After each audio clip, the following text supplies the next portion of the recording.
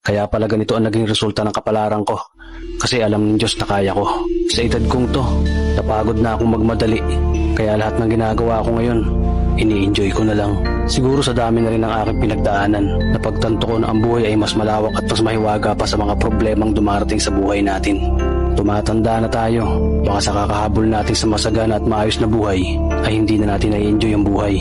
Baka nabubuhay na lang tayo dahil nape-pressure tayo sa sasabihin ng ibang tao. Marami na rin akong mga naging maling desisyon sa buhay, pero lahat yun nagsilbing aral sa akin at natuto ako sa mga pagkakamali ko. May mga taong sobra nating mamahalin at bibigyan ng halaga, pero ibabalik lang sa atin ay kabiguan at matinding trauma. Kaya wag nating liliwin ng mga taong tulad nila dahil mas payapa kapag hindi ka na interesadong malaman pa kung ano pang balita sa kanila. At wag mong idepende ang sarili mo sa kahit kanino. Tandaan mo, kahit sarili mong anino, iiwan ka din nito kapag madilim na ang paligid mo. Kailangan natin matutunan na huwag ikumpara ang sarili natin sa iba dahil hindi natin laban ang laban nila. Karera mo to, hindi nila karera. Dahil ang buhay ay hindi naman nasusukat sa kung sino ang mayaman, kundi kung sino ang payapa.